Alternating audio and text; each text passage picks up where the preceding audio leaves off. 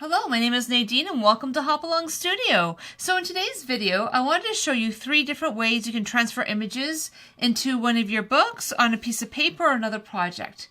So let's get started. So to start with, I'm going to show you how to use a simple image. This is actually one of the images that I sketched in one of my sketchbooks. I just took a copy of it and I'm just going to put it underneath my book paper. In this case, I'm actually using my Bible because the paper is already more of a lighter weight. Most Bibles are made out of vellum or something equally as light. So this is a really great way to show you an example of this. And you can see there's a slight image in here. And basically, by taking your pen or pencil or whatever you want to actually do your final image in, you basically can trace along your edges.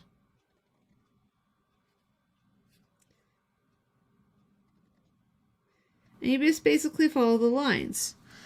Which this is actually a very easy thing to do, but one way that you can improve on this is by using your light pad.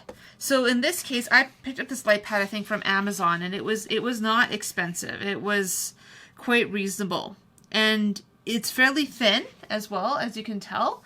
And by actually bringing it to its strongest brightness level, now when I line up this piece of paper, the image is much clearer. It's much easier to see through this.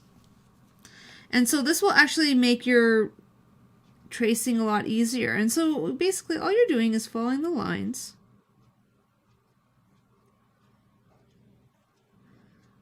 And tracing your image. And when I'm doing this, I would say stick to a lighter pen or pencil that you're doing. I prefer to do these in pen just because I don't like having to trace twice. And because you actually have a really strong outline as you work, it's not very hard to get a really great image.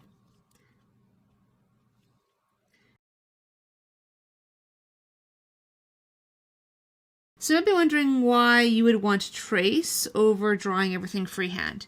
In my case, I already spent quite a few hours working on this piece.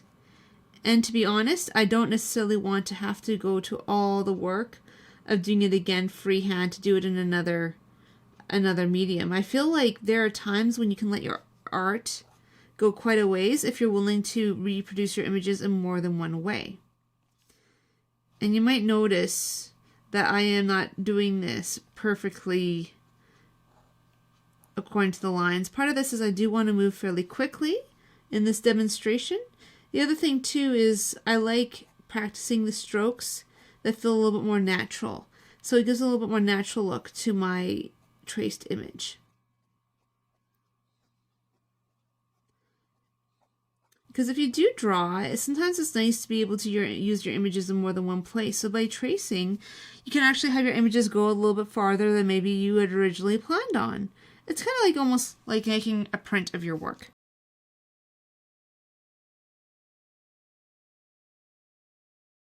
Sometimes I take a piece like this and I'll increase or decrease the size, and then I can actually scale it to whatever the piece of work is. So originally this piece is quite large, and I've actually already shrunk it in another page in this book and basically have used it to do an entire circular wreath in a page that would not normally be able to fit it. And this way as well, you can work on something in your sketchbook. You can work on heavier paper. You can have a chance to kind of make those mistakes, erase a lot. And then when you're using a much finer paper like this vellum, you can put the final image and not have to worry about damaging your paper or making a mistake. Because I'll be honest, when I'm working my Bible, I don't want to be making a lot of mistakes. The paper only has so much forgiveness to it. And to be honest, it's kind of important to me that it looks nice. So I often will practice on paper that can take a little bit more abuse, and then I just transfer it into another project, and then this way I get to use it more than once.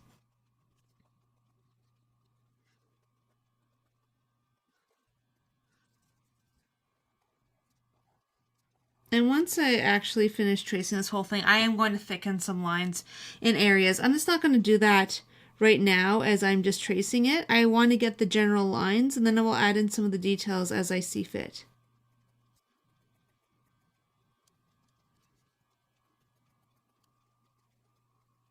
So that just gives you an example of how you can basically take shapes and add them into a very light book paper, or you can use it on a more just regular weight paper. So what if you're using a more thick mixed media paper and you want to transfer an image? In this case, I'm using a 130-pound mixed media paper, and I actually was playing a little bit earlier today to see how much of an image like this could I get through a paper like this.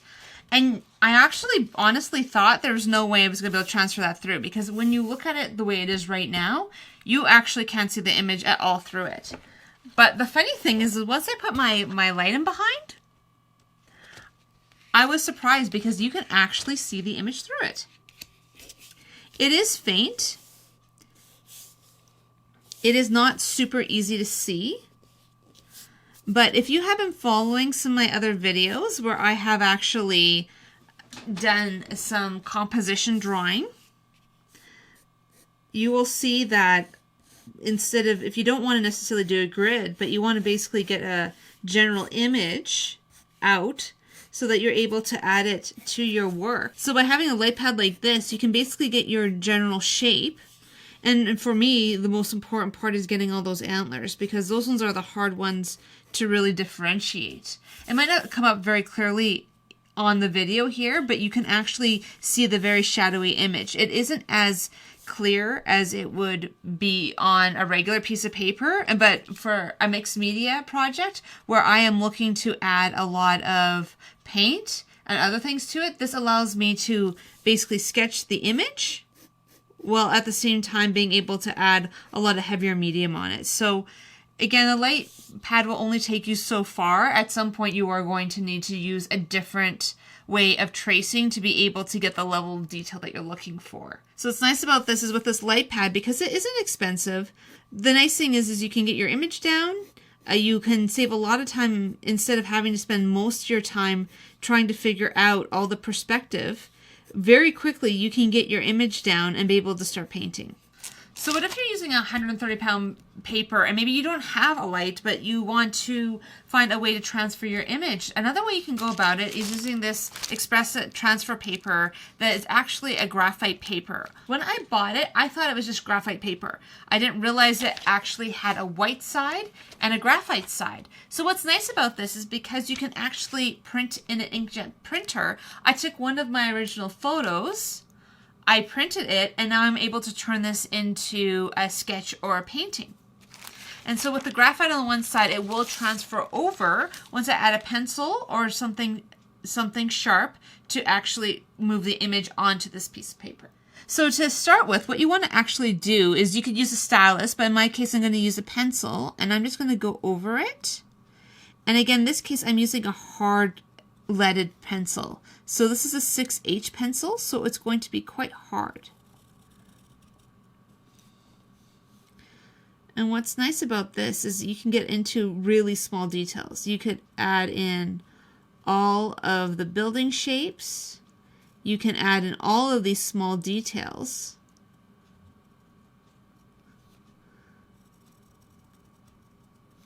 That are really going to add to your picture. So a picture like this, you may want to decide not to get every detail, because you will be there a while if you want to get every single detail. But at the same time, it gives you potential to be able to transfer in fairly detailed images quite easily. And so you might ask yourself, why would you do this, especially if you can already draw? Why would you consider using a graphite paper? For me, I enjoy drawing. I enjoy learning perspective, but what I find is pictures like this can be really challenging for me. I find that with all the buildings and all the perspective lines, I'm still learning to draw in perspective, and it can be very challenging. I spend a lot of time reworking my drawing. So the idea that I could actually take a piece of graphite paper, transfer my image, and have it go on fairly quickly so that I can work on adding in the pen and ink details and other things to this piece of work instead of spending all my time worrying about angles. it's a great way to kind of start working on your ability to transfer and to work in perspective. What's nice about this too is I find through the process of actually drawing this, even tracing it, I'm realizing things about perspective. For example, like that to me seems like a ridiculous angle. I would have never drawn it at such a strong angle, but that's actually what the camera was seeing. That was actually, from the perspective that I was standing, that was what the camera was seeing. And so this is where it really becomes a really great tool for understanding perspective, for being able to draw things. For example, even this here, if it's going slightly wider, the closer it is going down to the bottom. And so these are things that I would be not necessarily observing as I was drawing, but because I am drawing on a piece of paper like this, it makes this a lot easier. And so as you can see, by lifting it, you can see all the different shapes that I've put in. What's nice about this is if you put it back down again, you can continue working through this picture. So this is where graphite paper is really great, because again, I could go in and I could put in each of those little window details. You can see where I put in the 2015, I put in all the lines. This is where you could go to this level of detail for everything on this building, or you can go to less detail. And what's nice about it too is you can actually see on the back of the graphite paper where you've been. So if you ever get lost in where you are in your drawing, it's easy just to double check and then put it back down and then continue on.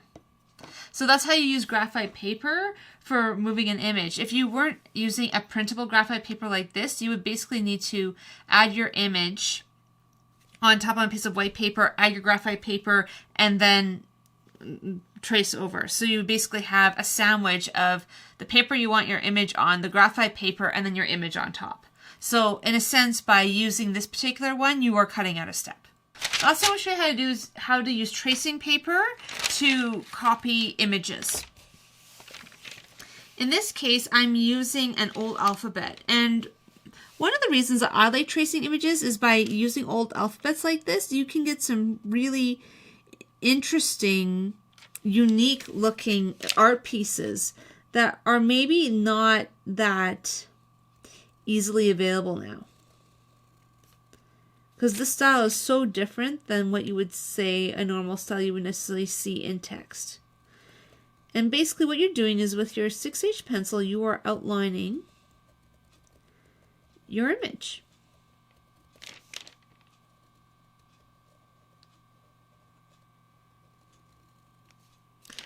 And you want to outline the entire image.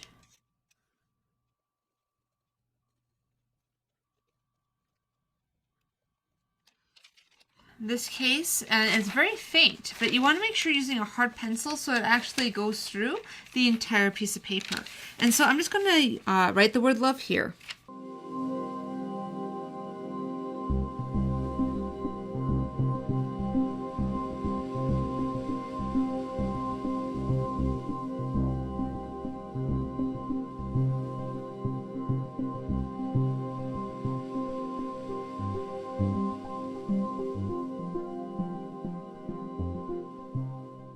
So once you finish tracing your image, and it's going to be extremely light, you want to flip your paper over.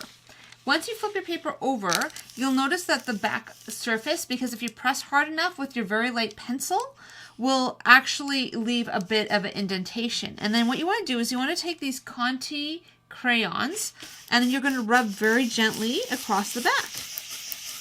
And you want to make sure that you leave enough that you're getting good coverage. It's actually better to go a little bit harder than a little bit softer. You could also do this with a graphite pencil, but I do prefer the conte crayons, and I'll explain that in a minute. And I'm just taking my piece of hot press paper, and I'm going to transfer this onto my piece of paper. And then you want to do the same thing. You basically want to take the image and transfer it on.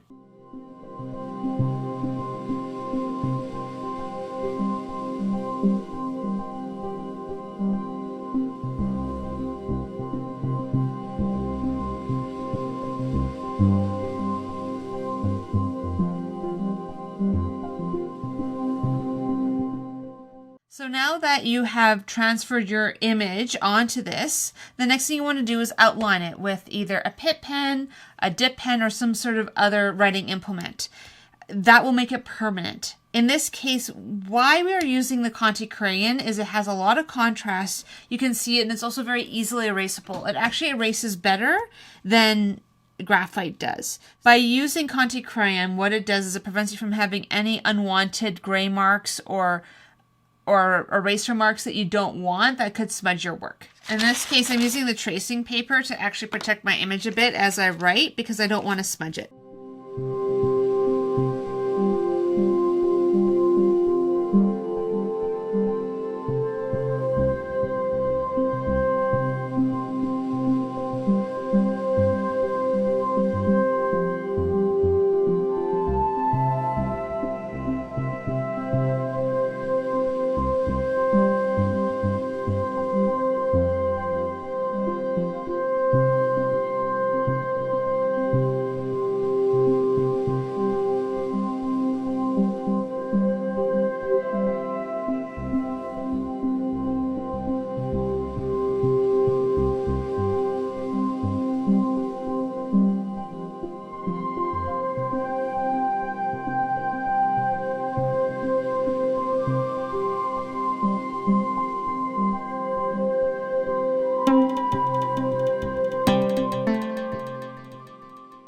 Now that you have actually finished tracing your image, and this is what's really great about this Conte crayon is it doesn't actually cause any damage to your Pitt pens. So it's one of the reasons I really like using it. The next thing you want to do is actually use a kneaded eraser.